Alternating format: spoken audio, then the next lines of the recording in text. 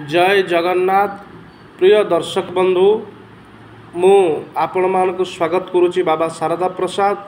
आपण अनेकंक मनरे आज कल्कींकर जन्मस्थान केउठी, कल्कींकर नाम हेइथिबो कौन, से करुथिबे कौन, कि लक्षण मान तांक पाखरे थिबो, कि संकेत प्रभु भक्त मान को भगवान कल्की प्रदान करिवे, किभली भाବରେ तांको आमे चिन्हिबा।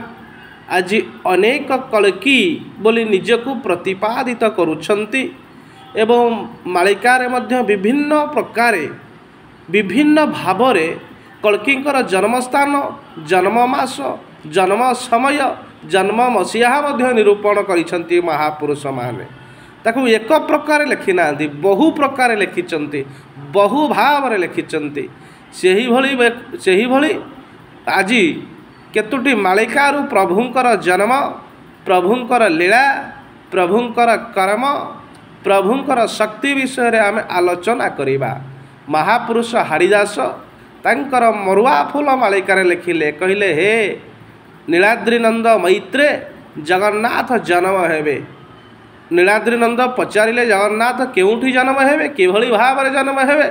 सेठी हारिदास महापुरुष कहिले जगन्नाथ भावग्राही नीलाचल धामे रहिबे नाही लो मरुआ फूल गुपते जन्मीबे जाई। ये पद आमको कौन प्रमाण देला? कहले जगन्नाथ भावग्राही नीलाचल धामे रहिबे नाही लो मरुआ फूल गुपते जन्मीबे जाई। प्रभुंकर जन्म सबुबले गुप्त। आमे भाविबा प्रभु जन्म हेबे, आम्बे जाइकिरी तांकु देखिबा, नाम कीर्तन करिबा, उत्सव पालन करिबा, ता नुहे। प्रभुंकर जन्म मध्य सबुबले गुप्त। द्वापर जुगरे प्रभु जन्म हेइतले बंदीशाଳରେ गुप्तरे, नामकरण तांकर हेइतला मध्य गुप्तरे। एवं से प्रभुंकर क्षमता कौन, शक्ति कौन, प्रभु बोली आमे किभली ग्रहण करिबा। महापुरुष अच्युतानंद मध्य लिखिदेले उद्धव चौतीसा मालिकारे, कहले नीलाचले मुहि दारू रूपे थाई। कहले नीलाचल मु दारू रूपे थिबी, नीलाचले मुहि दारू रूपे थाई होई थिबी नर रूप। मु नीलाचल दारू रूप थिले सुद्धा किंतु मु गोटे नर रूप बा मनुष्य रूप होइथिबी। मोते पुणी कहीं चिन्ह न पारिबे एकाक्षर करी जप। कहले आमे जो भगवान भगवान भगवान होउचे ना, किंतु समस्ते तांको चिन्ह ही पारिबे नाही। अल्प केतेक मनुष्य जहाको प्रभुर कृपा थेब, अल्प व्यक्ति माने तांको चिन्हिबे, तांको बुझिबे, तांको लीलारे से माने सामिल हेबे, नेत्र रे तांकर दिव्याति दिव्य लीला को मध्य दर्शन करिवे। ताले से प्रभु कौन करिवे? महापुरुष लेखिले, महापुरुष लेखिले कहले प्रस्तर मध्यरु दुग्ध स्रवाइव अग्नि मध्यु जल मध्यु अग्नि ध्रुव। कहले पत्थर मध्यरु प्रस्तर मध्यरु दुग्ध स्रवाइव जल मध्यु अग्नि ध्रुव।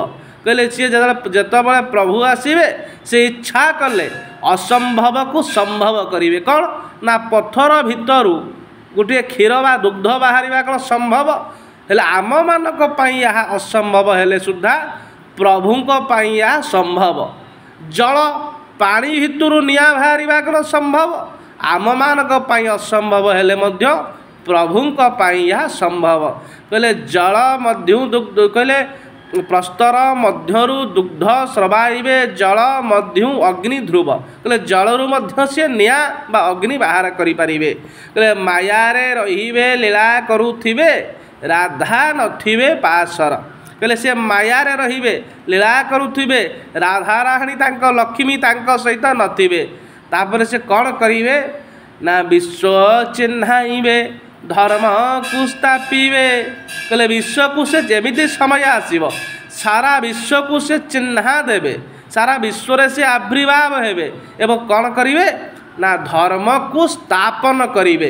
एते कथा कले मध्य सारा विश्व तांकु विश्व को चिन्ह देला परे मध्य, विश्व रे संकेत देला परे मध्य हेले समस्ते तांकु प्रभु बोली जानि परिबे नाही, समस्ते तांकु प्रभु बोली ग्रहण करि परिबे नाही। कौन कहिले? कहले विश्व चिन्हाइबे धर्म को स्थापिबे।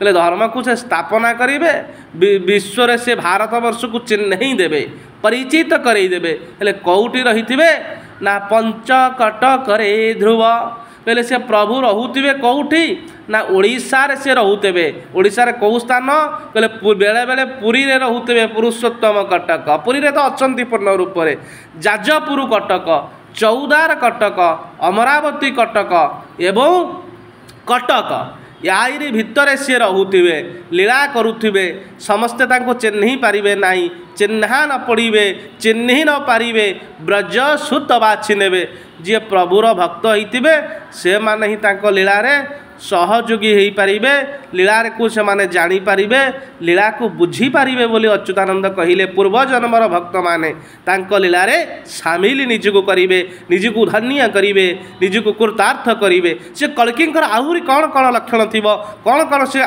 लीला करिवे आगामी एपिसोड रे जानिबा आज पई एतिकी जय श्री जगन्नाथ जय श्री जगन्नाथ जय श्री जगन्नाथ।